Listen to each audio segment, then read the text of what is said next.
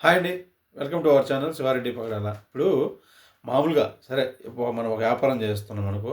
ఒకప్పుడు వ్యాపారం చేసేవాళ్ళు దాని యొక్క క్వాలిటీని బట్టి దాన్ని బట్టి అదే ఫేమస్ అయ్యేది. కానీ ఈ రోజుల్లో అట్లా కాదనమాట. దానికి మనం ఇప్పుడుండే నెబ్బా ఇన్‌స్టా ఇన్‌ఫ్లుయెన్సర్స్ అందరితోటి లేనిపోని ప్రమోషన్ చేపిస్తా ఉంటారు. పాపులర్ అవ్వటానికి అదొక పద్ధతి. ఇంకోటి 2 సినిమాలు చేస్తారు. సినిమా అది ఎంత బాగా తీసినా గానీ దానికి మార్కెటింగ్ అనేది చాలా ఇంపార్టెంట్ అనమాట. సో, అలా చేస్తూనే ఉంటారు. అది బాగానే ఉన్నాయి. ఆ 2 రంగాలకి అవసరం. కానీ ఇప్పుడు ఈరోజు ఇవాల్ట పాలిటిక్స్‌లో గూడా ప్రమోషన్స్ ఎక్కువైపోయినాయి. ఇప్పుడు మీరు ఎవరైనా సరే ఏ పార్టీ వాళ్ళైనా ఒక మంచి చేస్తే దాన్ని ప్రజలకు చెప్పుకోవడంలో తప్పే లేదు. చెప్పుకోవాలి. యెస్, మేము పలానా కార్యక్రమాలు చేశాం, పలానా మంచి చేశాం జనాలకి, పలానా ఇది చేశాం కాబట్టి మీరు మళ్ళీ మాకు ఓట్లేసి మమ్మల్ని గెలిపిస్తే మీకు మళ్ళీ కూడా మేము ఇటువంటి కార్యక్రమాలు గానీ, ఇంతకు మించిన కార్యక్రమాలు గానీ చేస్తామని చెప్పుకోవడం తప్పు లేదు.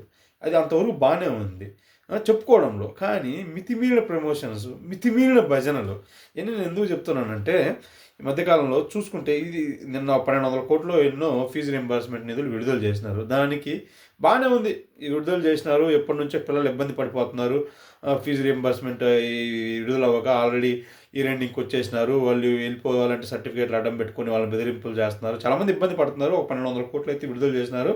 మంచిదే, సంతోషకరమైన వార్తే, నేను కాదనట్లేదు.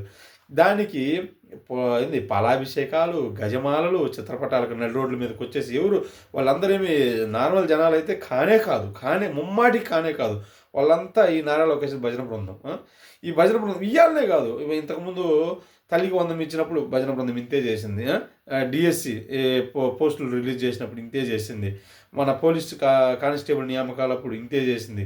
ఏ పథకం అన్నదాత సుఖీభావ కానీ ఇంకోటి పాస్బుక్లు మార్చినప్పుడు కూడా చాలామంది బయటకు వచ్చి ఎందుకు ఈ రొచ్చు చూస్తుంటే చాలా అసలు కంటికి చాలా యావగింపుగా ఉందన్నమాట. ఇవన్నీ మీరు చేసేది చూస్తుంటే ఇప్పుడు వాళ్ళు పొద్దుగూకులు రప్ప అంటుంటే వైఎస్ఆర్ పార్టీ కార్యకర్తలు జనాలు అట్లా సెంచుకుంటున్నారు. మీరు పొద్దుగూకులు 1,200 కోట్లు రిలీజ్ చేసినా, 200 కోట్లు రిలీజ్ చేసినా ఆఖరికి మీ పరిస్థితి ఎట్లుందంటే 1,200 రూపాయలు రిలీజ్ చేసినా కానీ చిత్రపటాలకి పూలమాలలు వేసేసి, ఫలాభిషేకాలు చేసేసి, గజమాలలు చేసేసి నానా రుచి చేసినట్టు ఉంది పరిస్థితి. ఇదేమీ ఇంతకుముందు ఎవరు చేయని కార్యక్రమం కాదు. మీరే కొత్తగా తెచ్చిన కార్యక్రమం అయితే కాదు. అర్థమైందా? మీరు ఇట్లా చేసే కొద్దీ ఇలా అనుకోవాల్సి వస్తుంది. మీరు అలా చేయకుండా నార్మల్గా మేము ఇన్ని కోట్లు విడుదల చేసాం, ఇది మంచి చేసాం, ఇట్లా చేస్తాం, ఇంకా ముందు ఇట్లాంటివి చేస్తామన్నప్పుడు వీళ్ళేదో చేస్తున్నారు లేరా అని అనిపిస్తుంది. కానీ ఇట్లాంటి ఓవర్ అతి చేసిందనుకో చీదర వస్తుంది.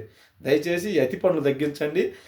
నేను పదే చెప్తున్నాను అనమాట. ఈ నారా లోకేష్ భజన బృందానికి కూడా మీ భజన బృందం వల్లనే ఆయన లేనిపోని చిక్కులు అన్నిట్లు ఇరుక్కుంటా ఉన్నాడు.